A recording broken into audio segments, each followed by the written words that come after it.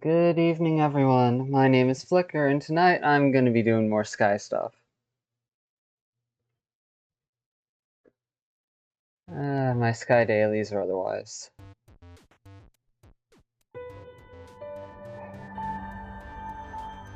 And yeah. I'm still coming to terms with what happened like over 2 years ago right now, because on one hand, the whole point of my efforts was that it wasn't about me. That was the start, being a reason behind it. Meanwhile, and yes, I'd love to fucking discuss this on a different video, but it's late at night and I don't want to stay up, so I'm doing it here. It's not your cup of tea. Feel free to use this as a chance to run away or dip out of this video. At this point, I am too attached to my view count, and I really want that to stop being a thing.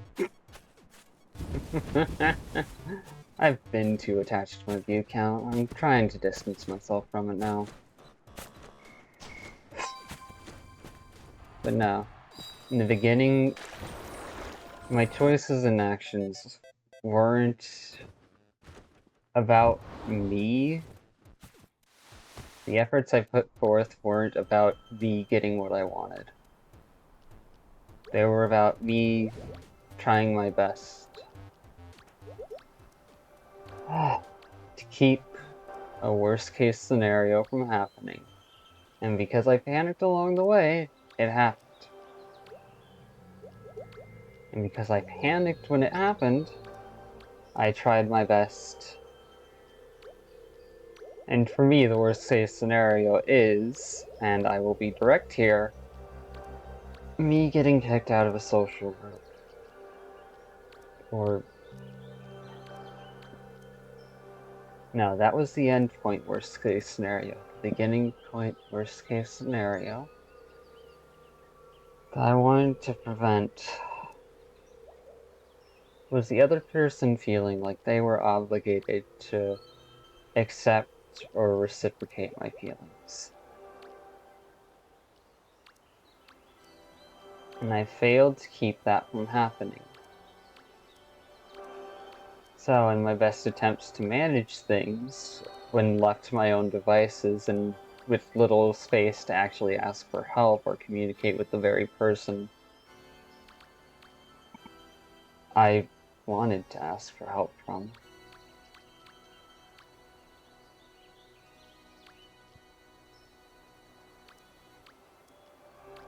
I did my best to back off. But of course, let's be real here, I wasn't just dealing with feelings of the moment in everything that happened. I was dealing with feelings of the past too. Toxic shame from things that weren't even present.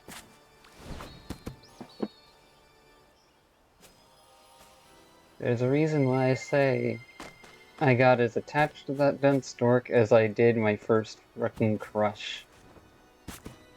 Not in the same way, not to the same extent, but the level of energy and thought that ended up circling around, yeah, no. That happened.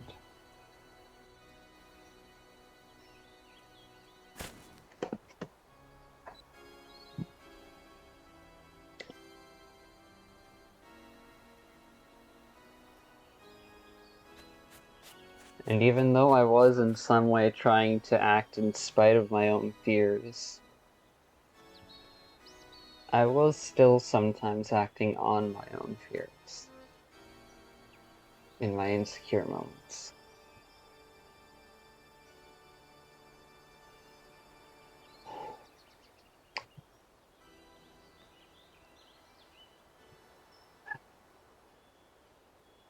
So I'm going to sit here as I play my dailies and try to figure out how to draw this line between me and someone who I barely really know. They may have opened up, they may have considered me a friend, but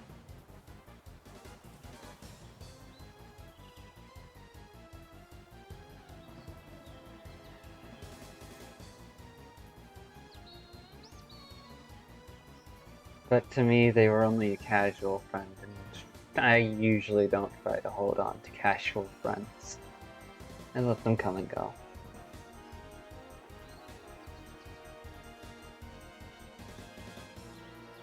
So how do I acknowledge my efforts? And in what ways were things about me, and what ways were things not about me? Because the line between the two is very blurred, and it's contributing to my struggle in letting go, and feeling like I can get a resolution out of where things are. Because that's ultimately the goal of reflecting on all of this. Not to pity myself, not to win back anyone, but to just accept reality and come to terms with it in a form of resolution where I can let go. Because there's a delusional corner of my brain that still thinks, hey, maybe they do care, or maybe they will care one day. But like we've kind of figured out already before, like an entire year back, there's no point in holding on to those feelings. Because that just keeps things stuck. It doesn't change anything, and it's not respecting the person. That's hoping for a fucking miracle, and a miracle does not exist in this situation. Not in this twisted, shitty world. If you want a miracle, it'll have to happen by pure chance and luck.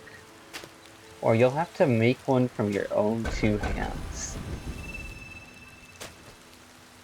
And the second one is always harder than the first.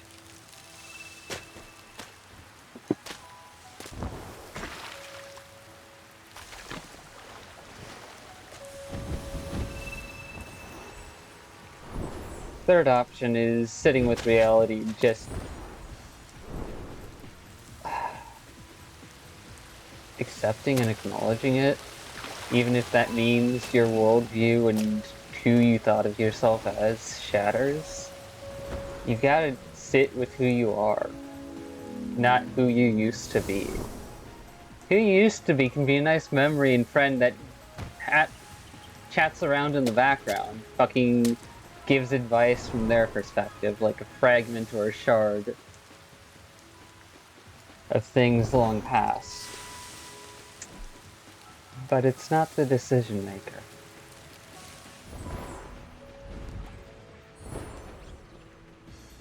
It's not the present you.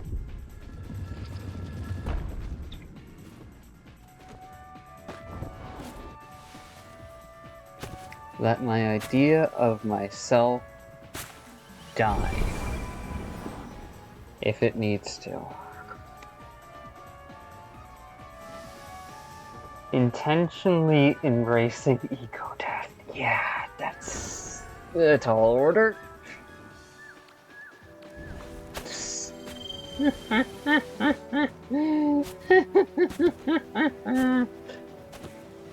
Not in the sense of forgetting what happened. That's not embracing ego death. Embracing ego death is letting go of preconceptions, letting go of stories and recollections on how things could have been.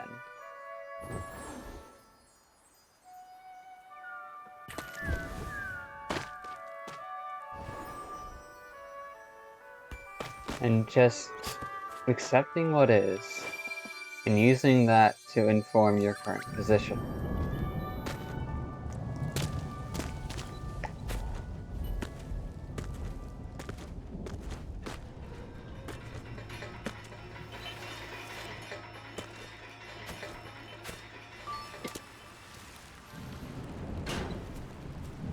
Forever changing, forever the same, in one way or another.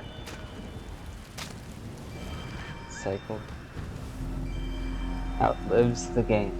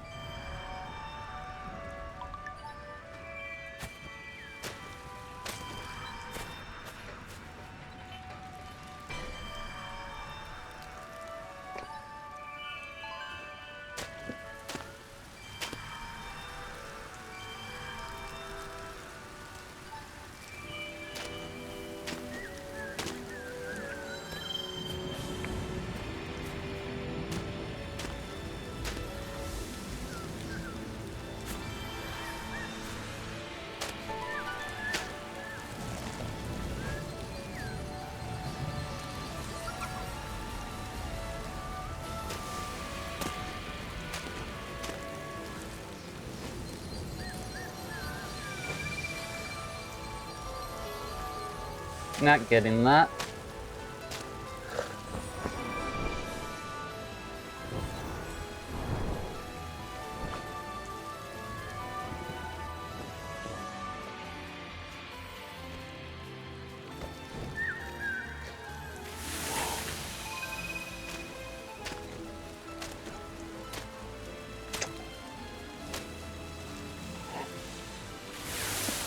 My own feelings were about me. That's just the reality of it. They may have been in the context of someone else, but they were about my own desires and my own sense of safety. About how I perceived things and responded to them. That sits with me. That's not someone else's responsibility if they're not going to be there. To be there is a gift, not an obligation.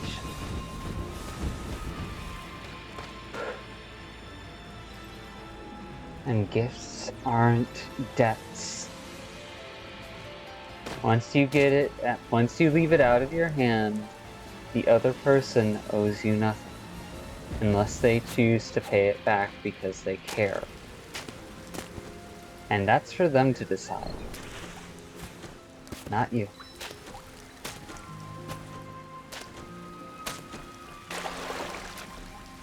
Not me, not anyone else. That's for them to decide.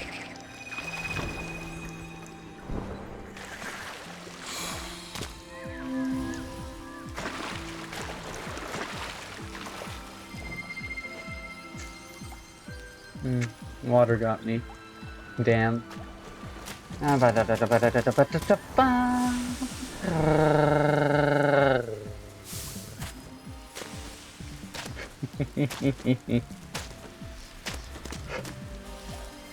Their safety, their sanity, their space, and their happiness is not about me. My safety, my sanity, my space, and my life are not about them.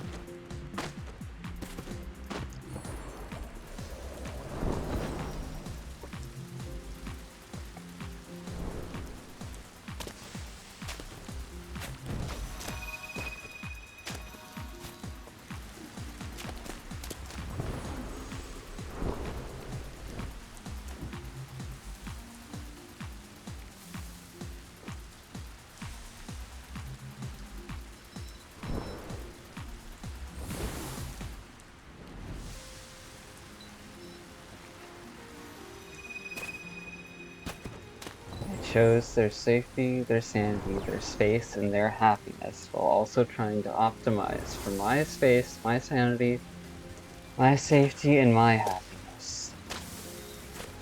However, because I panicked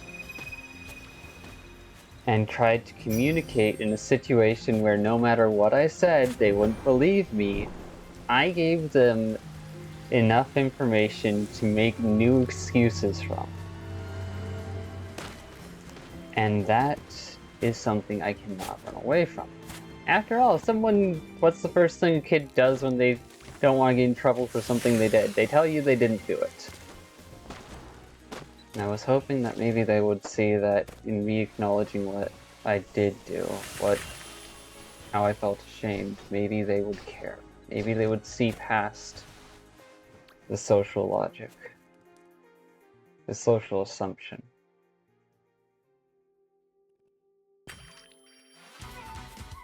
But that was an unreasonable hope of mine, and I cannot blame them for reacting the way they did.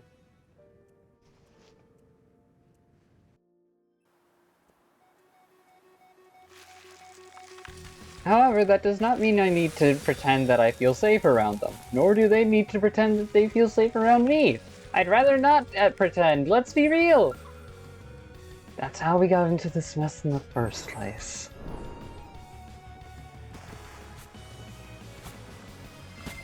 I don't hate them, I'm just stuck in a frustrating and confusing spot with little that I can reasonably do other than reflect on myself, reflect on reality, and acknowledge truths while also acknowledging where the overlaps and contradictions play off of each other in a annoying counterintuitive chemistry. Because I choose to fucking live. Even if it means I make mistakes along the way. After all, I was talking with my mom downstairs, and two things that I remember from all of that conversation was, one, she didn't know how to find a safe space because of her experiences and the things she'd been through. My mom didn't. And so when we moved into a place with a safe space, there was always the anxiety that it's not safe, that the rug's going to get pulled out from under and things are going to change.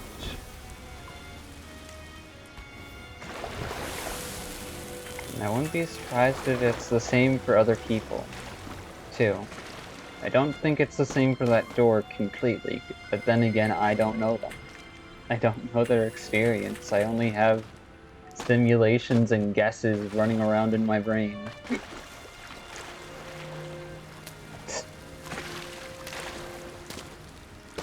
Meanwhile, my mom provided me with enough security and stability to where, in an environment where there was a safe space, I could find it.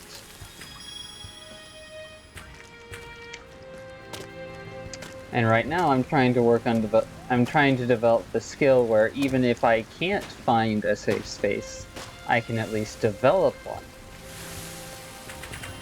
Because that is going to be fundamental in being able to reach into twisted places and pulling people out of them.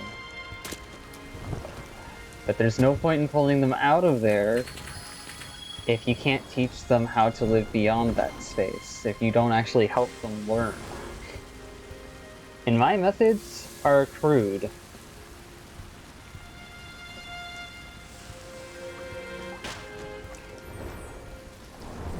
My methods are not official or licensed. They're a dumbass trying her best in what ways she can for what she understands. And every time she tries something new, she's starting from the same point emotionally again and again. I'm starting from that same point emotionally again and again, of being overwhelmed and thinking only logically, because I don't have enough information to know the context for that territory and environment. And that's just a frustrating reality. Sure, I could do my research, but nothing is worth more than practical experience. Research and ideas and strategies are all well and good, but they only do so much. They don't prevent the fundamental flaws or mistakes from happening.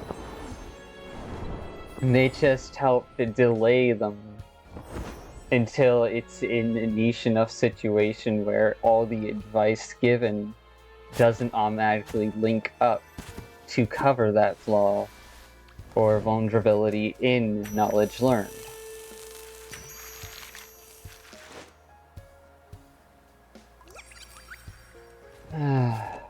I am not a sane person, but then again, I'm not living in a sane world. Living amongst all the bullshit of everything else. And I'm not special.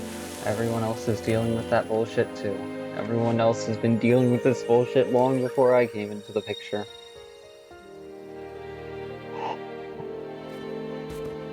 I'm sure I'm going to rediscover things other people could tell me already.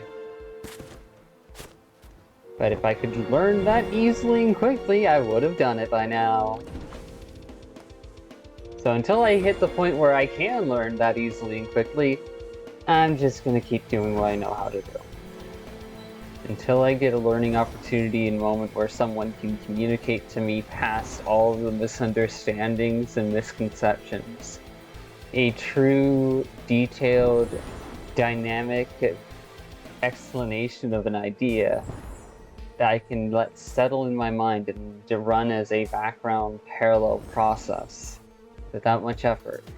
I'm screwed.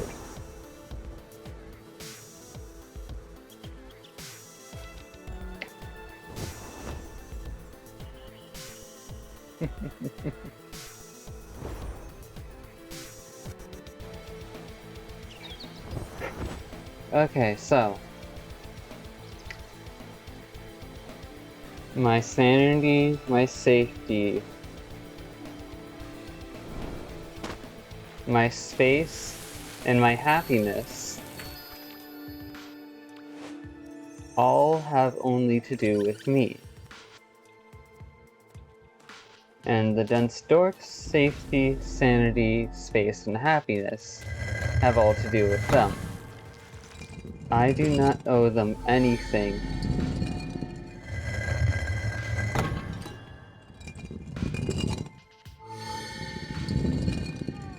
Fancy door would break in a million years.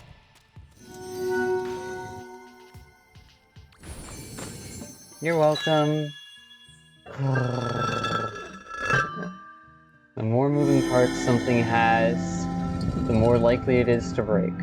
Which is why engineers add in extra material to key components. But of course, we're living in an age of trying to make the biggest buck out of the minimal mass. And so people cut corners in ways they really, really shouldn't.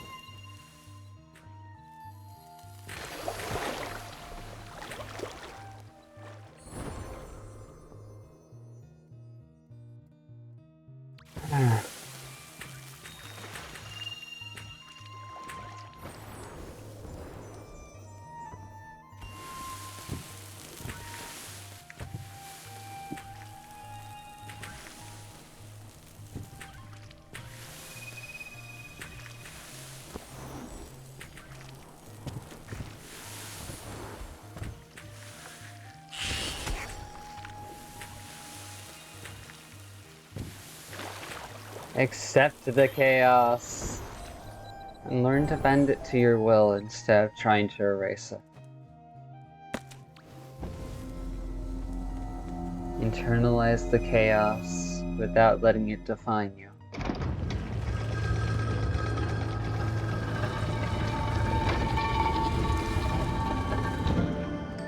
Damn ye!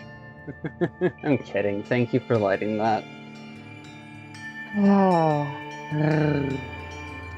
Alright, so if the safety and sanity, space, and happiness of each person is their own thing to deal with and manage, and it is only a gift for someone else to try and show that they care about that space, then how do I draw the line between where my efforts were and how they weren't appreciated? Because a gift doesn't automatically mean, oh, it's nice or whatever. If you try to give a gift without actually understanding what someone wants, well then by goodness, that's a pretty shitty gift.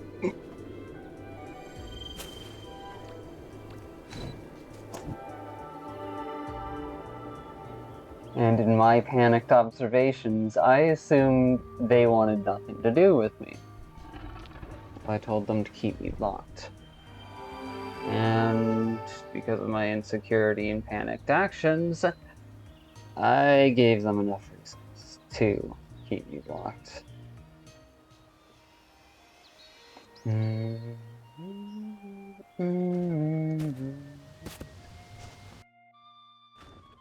yes, I'm letting my mind run on this, because fucking...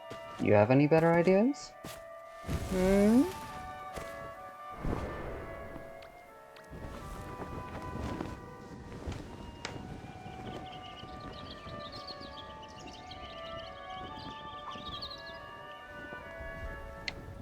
Hmm.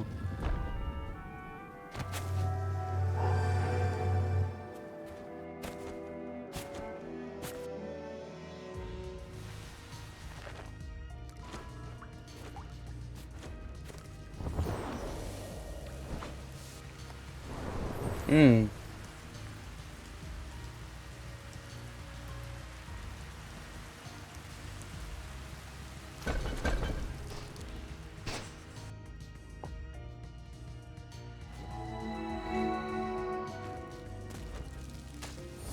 Even if you had a countermeasure for that,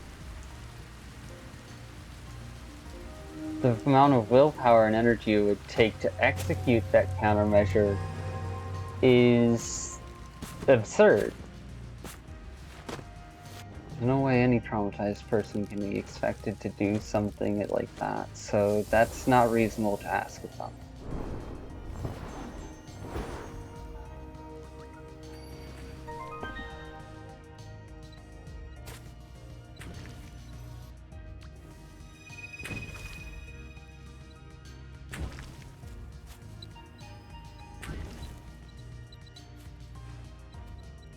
Hmm.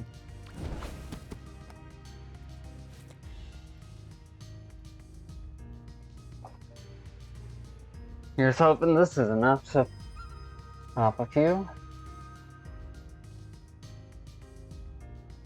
We'll find out and then we'll get that one. And if we don't get it, oh well. Alright, so where do I draw the line on my efforts? Because although you can generalize all the different lines by layering them on top of each other to get a larger but fuzzier line, it is better to try and be able to distinguish the individual lines from one another and draw them separately, so that way you can know what to do in each context.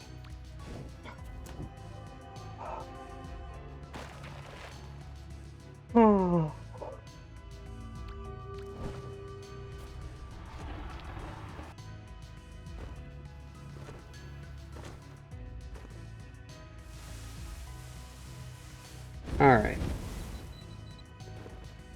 So, what do I do with my efforts when they weren't believed? How do I call that line?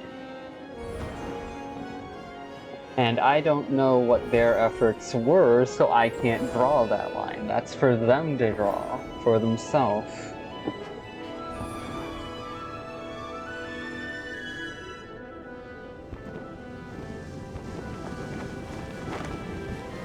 Because one should acknowledge both the energy they put in, but also as well the impacts of their actions and choices.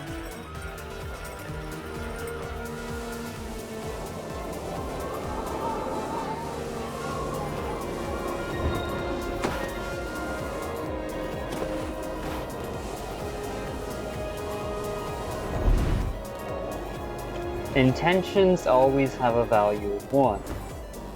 But as you go further up the list, in terms of the impacts, intentions, impacts, sincerity, consistency. The further you go up that list, the more that things can switch around with each other in terms of value.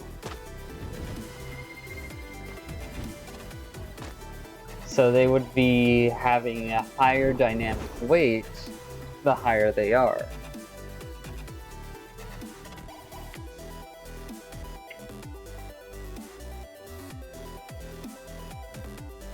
So then if I were to reference from a video game that I play semi-consistently called Necromerger, we'd be dividing 100% amongst 3 different categories in terms of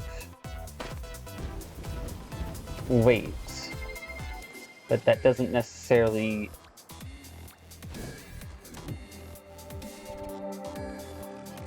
Oh, the weights for each category could have different percentages.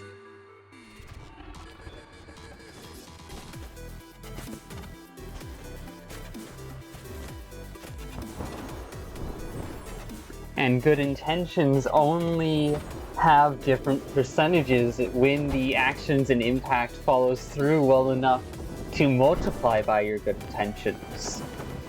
Otherwise, you subtract your good intentions from the impact.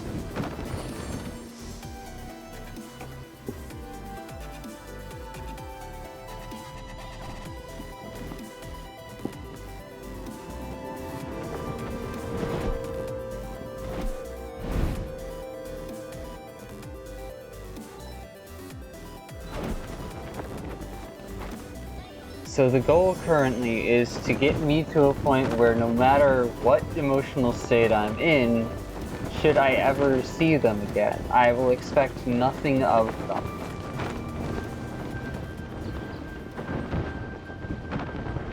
Since, in a way, that is their way of respecting others.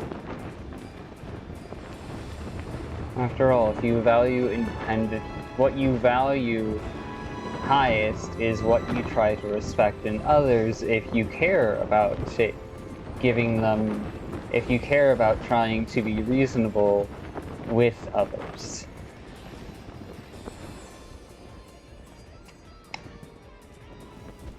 It's the reason why people on the religious side try to bring you into their religion, not because they necessarily think you need to be, but because they think that they'd be sharing what helps them in equality and passion in the hopes that it would help you in the same way. Reality is, it doesn't, though.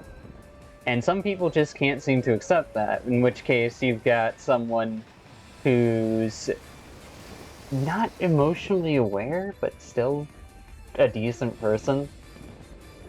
Just sometimes they're not, sometimes in trying to be a good person, their paranoia and fear subverts their actions, turning good intentions into negative impacts.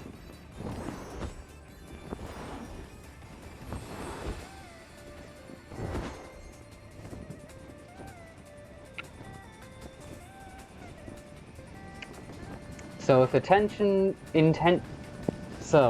intentions align with impacts,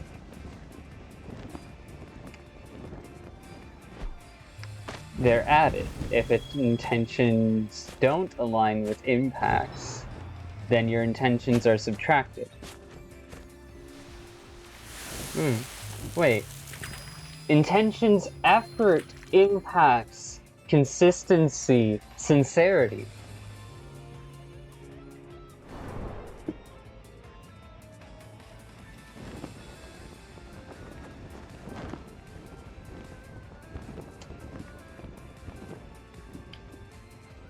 That would be why it didn't feel like it was really doing well. Okay, so.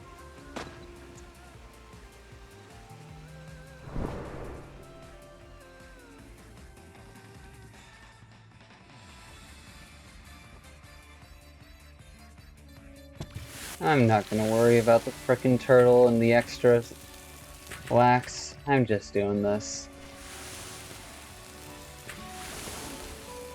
Plus, I only just now processed the turtle and the extra wax.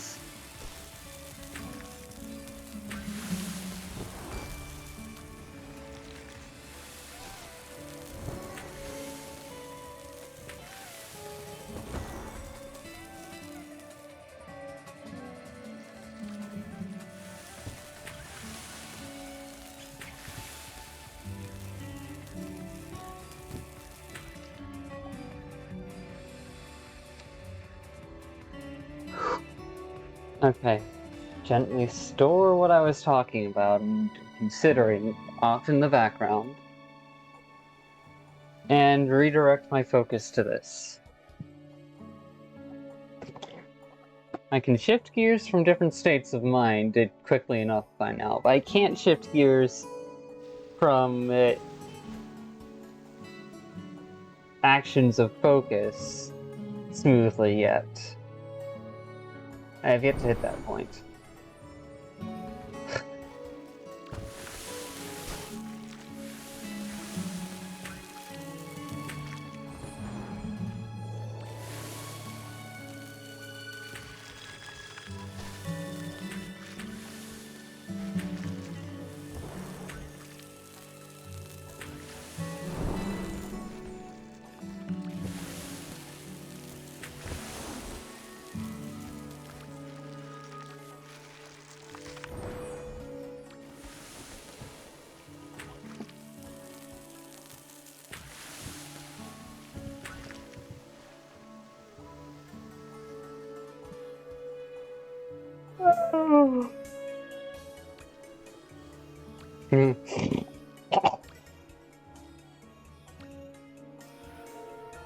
I'm gonna need this.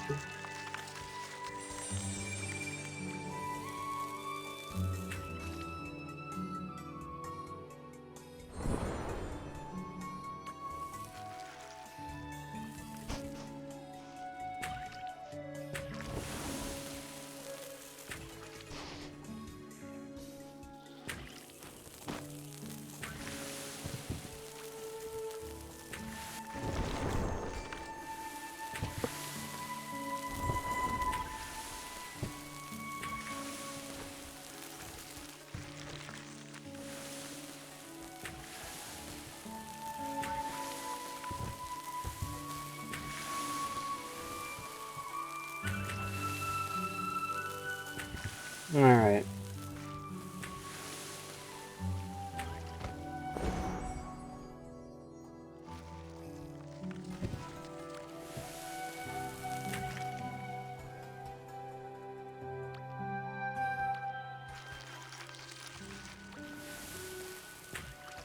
There we go.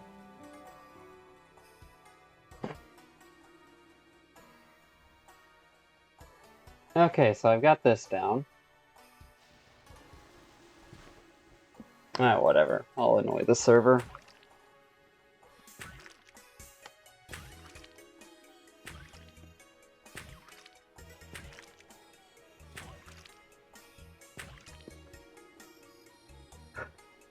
So, if we've got weights ranging from 1 to 5, and you can only do positive interactions when things align,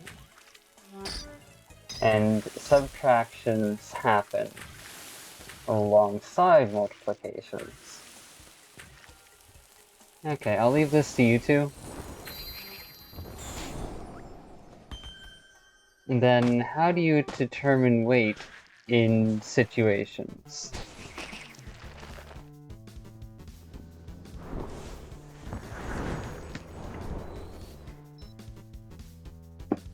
Because intentions will often enough be limited down to like a weight of 1, 2, or at the rarest case, 3. But that's in absurd situations. 3 is for those absurd moments where good intentions had bigger impacts than anyone would have ever expected. Meanwhile, a weight of 2 is assigned when good intentions have welcomed impacts that people kind of expected. And a weight of 1 is when impacts have... actually, no, wait, that's an improper way of organizing it, because then you're dismissing the scale. So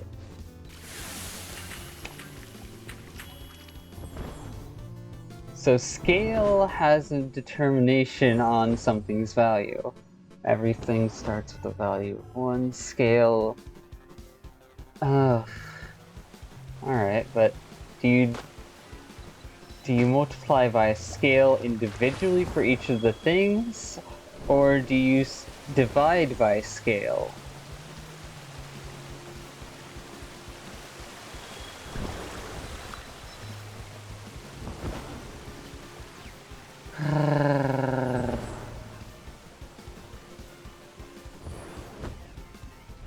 Yeah, I feel small.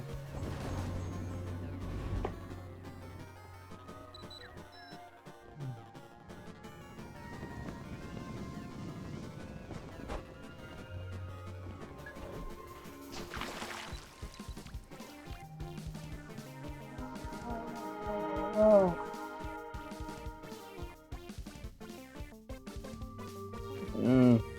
Not gonna care.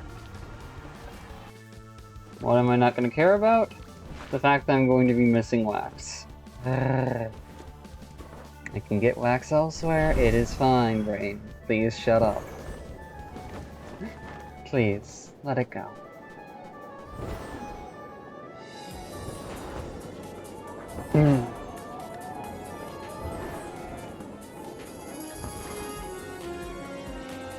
The more variables, the more difficult it is to solve for.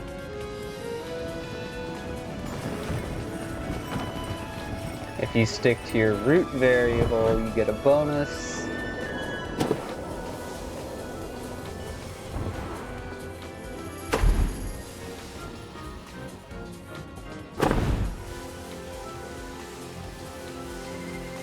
If you stick to your root variable while also acknowledging and navigating through the other ones.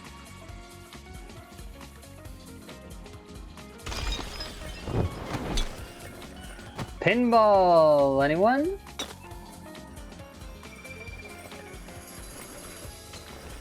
Because I was just in a pinball machine for a moment ago.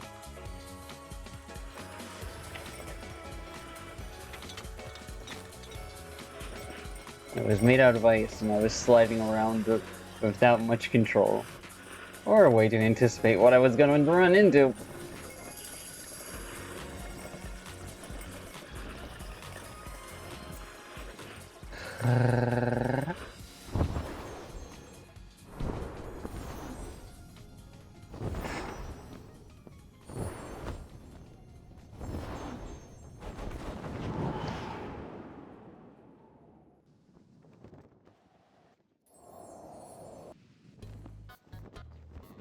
Okay, so if we're solving for impact, while doing numerical operations on intentions, efforts, consistency, and sincerity.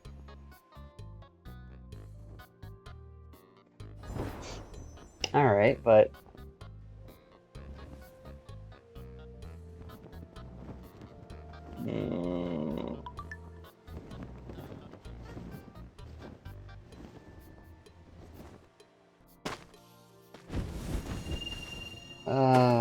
esoteric math is confusing. And I'm thinking up new bullshit to begin with.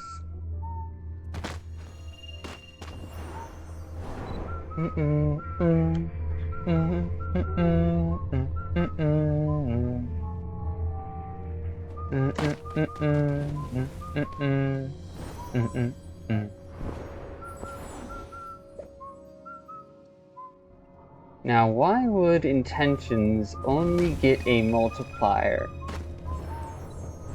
when things work out?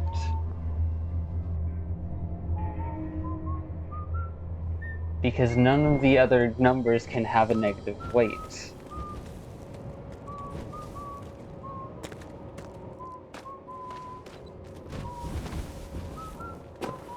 Well, actually, no, that's a lie.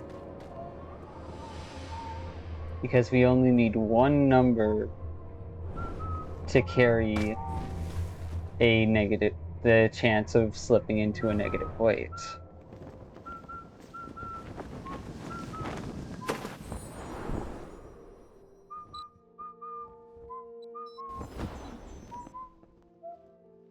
Is that really true, or am I just making shit up? Because I could very well be making shit up.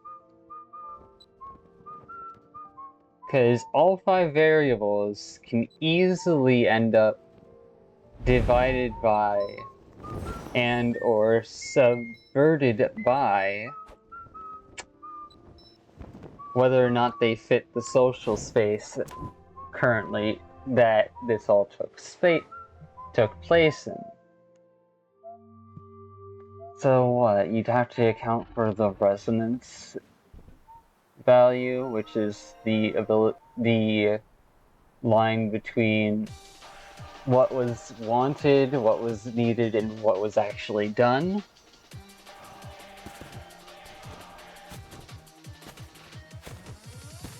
The things that you conceal, they can't hide you. Things that you reveal, they can't guide you. What you thought was real is just a lie too. If you can't find the truth will find you. The things that you detest, they're deep inside you. The things that you possess, they only ride you. The words that you confess are just a lie too. can't find the truth will find you. We are caught up in it, cause we are brought up in it. Hardship we endure is just a part of living. All the hearts we break is just a part of building. All the parts we take is just a part of giving. You don't see it, what you see is in when it time.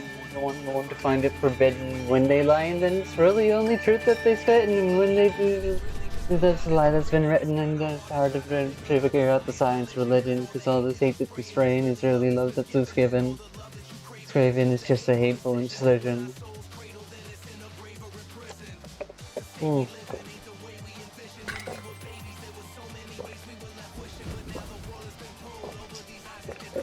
And now that glimmer of hope don't even shine in a prism. The things that you conceal, they can't hide you. Things that you can reveal, they can't guide you. What you thought was real is just a lie too. If you can't find the truth will find you. The things that you detest are deep inside you. Things that you possess, they only ride you. Words that you confess are just a lie too.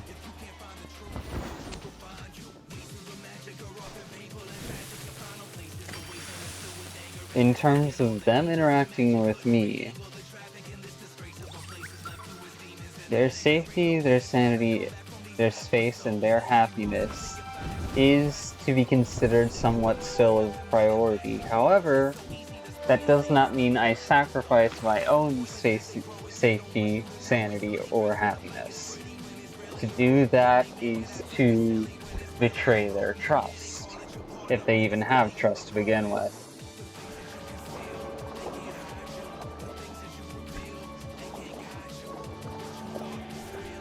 Now, why am I talking about this when there's the real possibility that they'll probably never interact with me?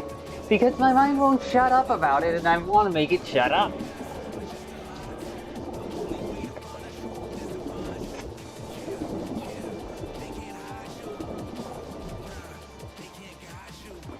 The only thing that can overcome or kill another idea is a better idea. That's only if it has the right starting ground to begin from. If it never has a chance to start, it never has a chance to win.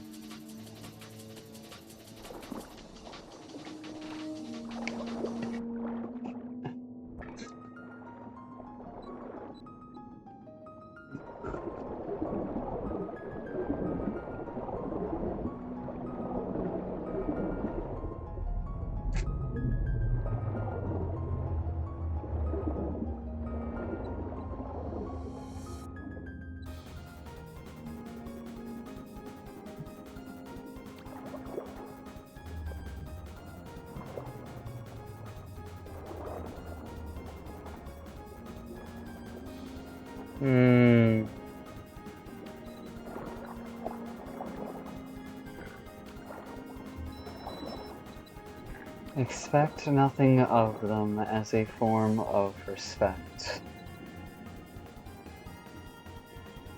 Not because you don't believe in them, not because you believe in them, but simply because expectations are not useful.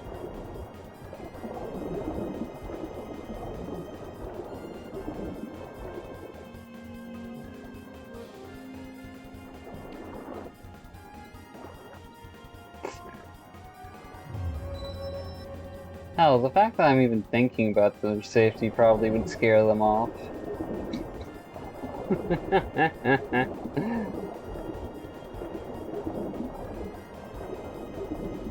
That's if I'm right about them, though. Yeah, but I don't feel like I'm wrong about them. At least in terms of their avoidance. Am I wrong about everything else I know about them? Probably. Other than the things I know for certain that they've said themselves. That they were being truthful about.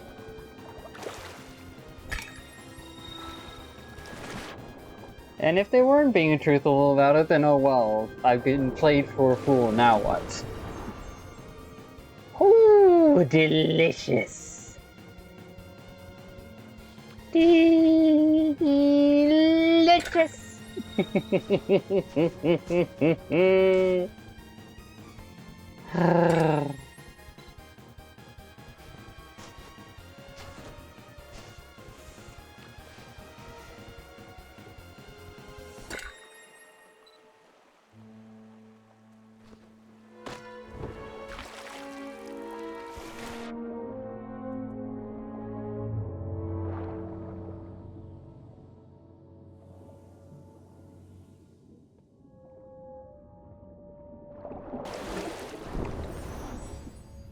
No, the pain from getting abandoned and getting hurt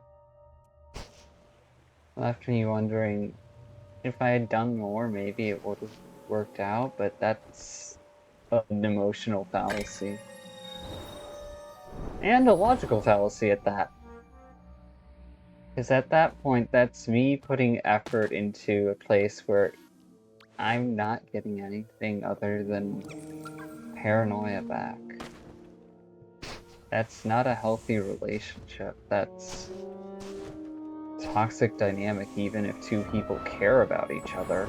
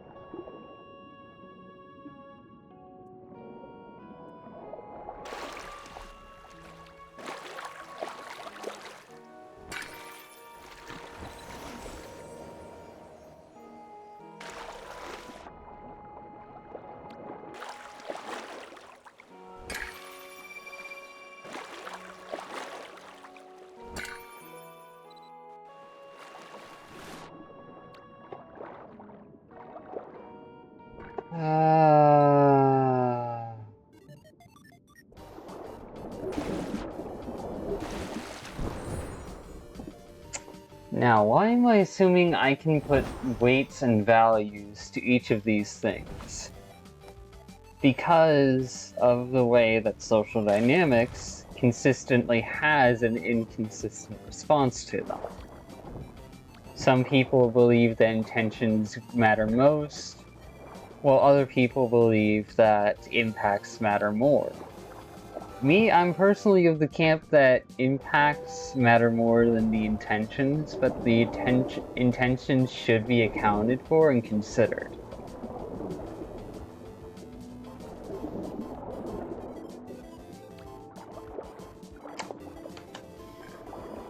Oh, that's why intentions would only have a value of 1, positive or negative, unless it aligns with knowingful or meaningful action. Because if you have good intentions, but horrible output, and you never intended to hurt someone, then that's just a root value of 1. However, but then would it be yeah, no, it would then be subtracted from your efforts, which then gets multiplied with your impact.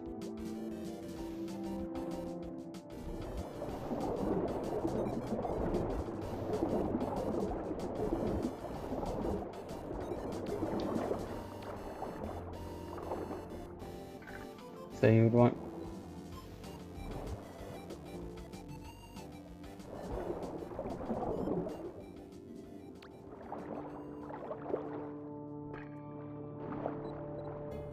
mathematical parentheses and lingual parentheses.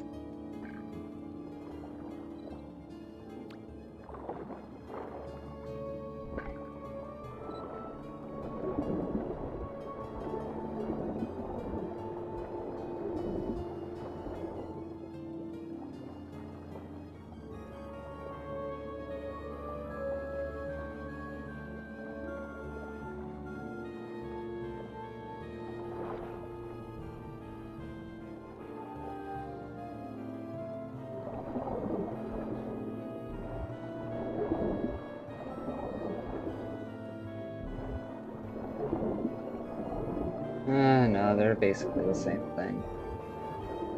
Functions may differ, but otherwise, function practically remains the same. It's the components within that are completely different between the two fields. In linguistics and communication, parentheses often remark an extra comment and/or subtext. Meanwhile, in mathematics, they determine order of operation. But in both, it's basically just singling stuff out and saying, hey, this is important even if it's not obvious.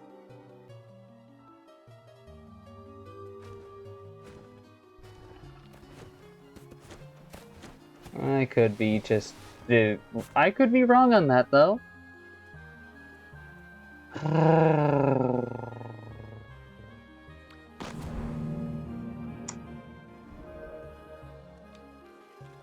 Knowing the acting through on something maliciously will always yield a negative result.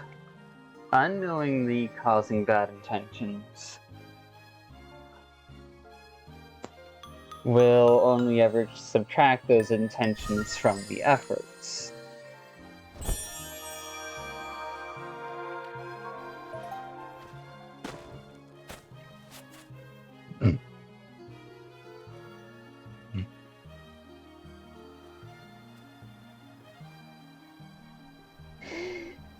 Alright, let's hope that I can get back to the reef in record time by setting up this thing, cause, yeah. I kind of forgot about the other reason why I went there.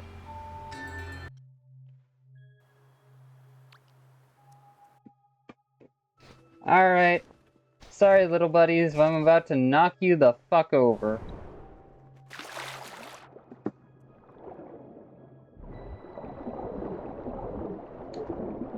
I'll make sure one of you can pick the others back up, though.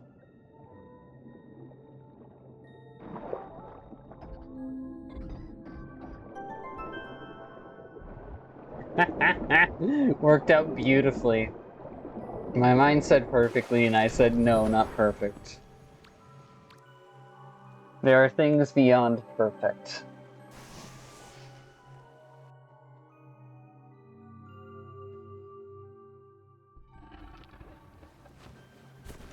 Alright.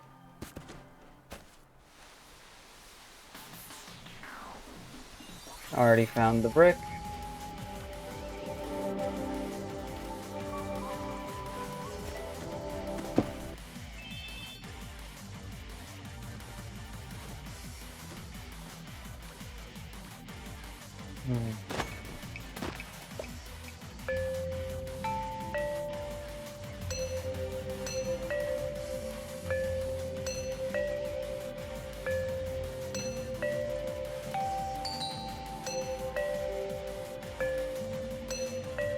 This one always messes with me. Be it in hand position or otherwise.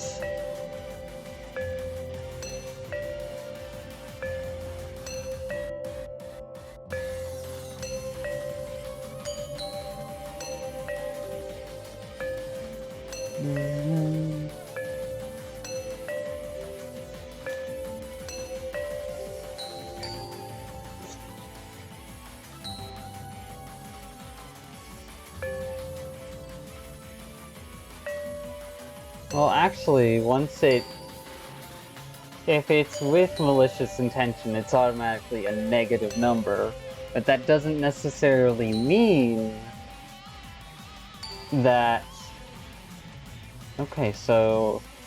If intentions and efforts don't align with impact, then intentions are subtracted from efforts.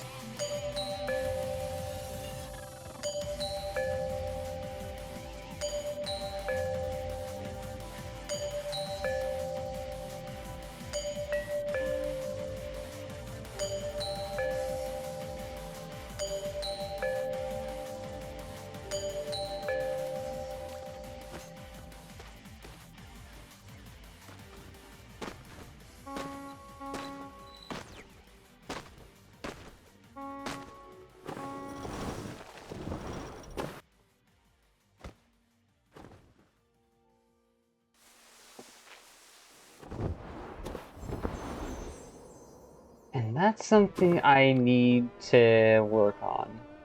Because in that situation where I was panicking, I deemed it priority to try and simulate where they might be at emotionally in order to better understand and adapt to the reality of things when my insecurity was being blind.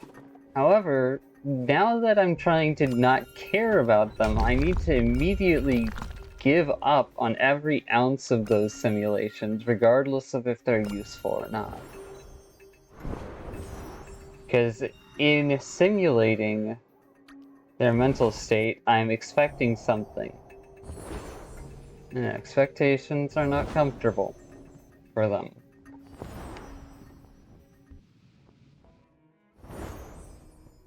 That's if I'm right.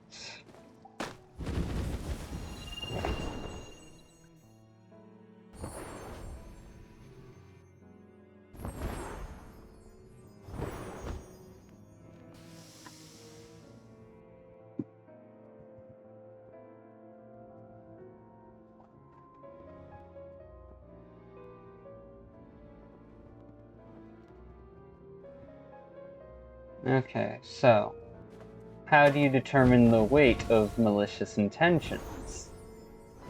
Well, you add or subtract from malicious efforts.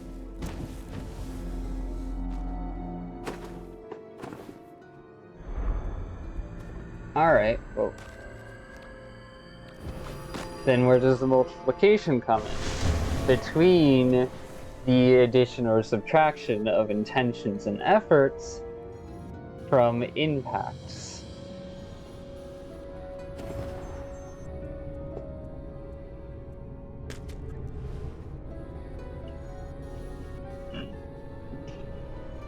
If an impact aligns with the intentions and actions, then it will remain just a regular number. If it doesn't, then it will be taking on a negative number.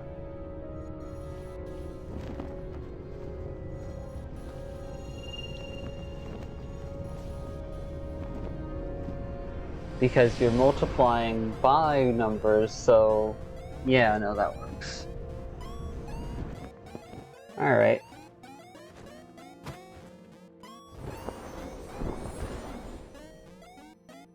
Well then, how do you determine efforts? Because you still have to you still have, like, unsolved variables of, you know, consistency and sincerity. How do those play into the equation?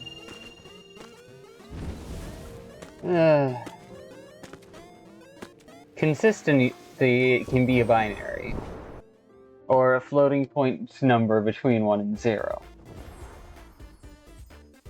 Why? 'Cause. Why not?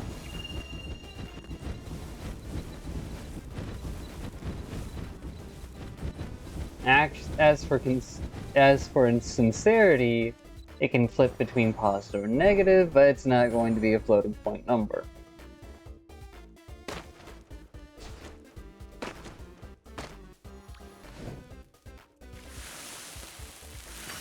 Oh, whatever. People are mistaking those light blue ones that are just regular wax for the shiny ones that release bright butterflies.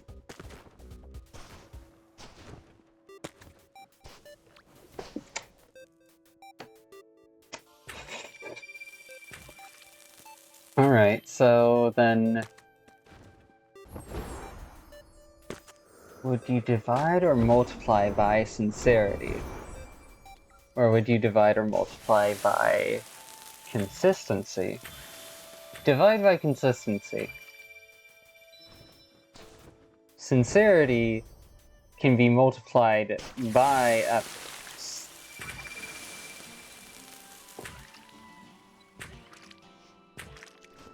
Intentions and efforts can be added together, have basic operations together.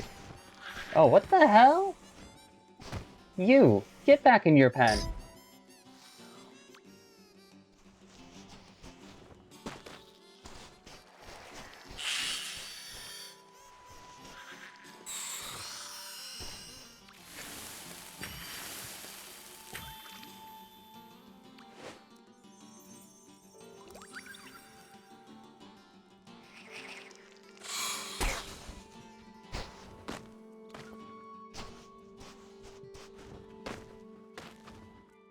Okay, now I'm just annoyed.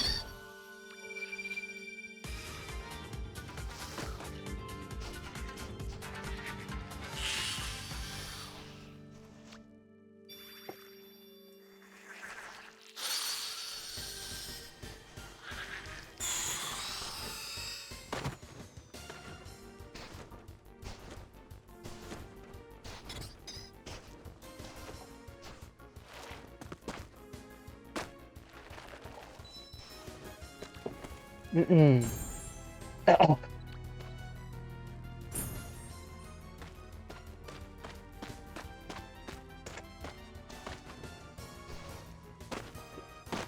Yeah, no, consistency becomes the floating point number, so that way it keeps it tempers the scale of everything else.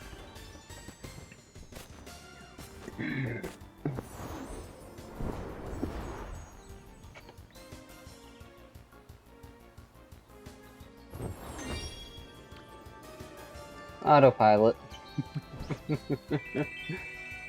You're slowly improving. Okay, I'm the one who made that noise. Autopilot doesn't really make any noises or have any attitude or expressions of its own. Yeah, and when we split our sense of self between two of us, each of us has a little bit of self-awareness and a little bit of autopilot. If we can figure out a way to get autopilot to turn into an extended sense of self, that's going to be useful.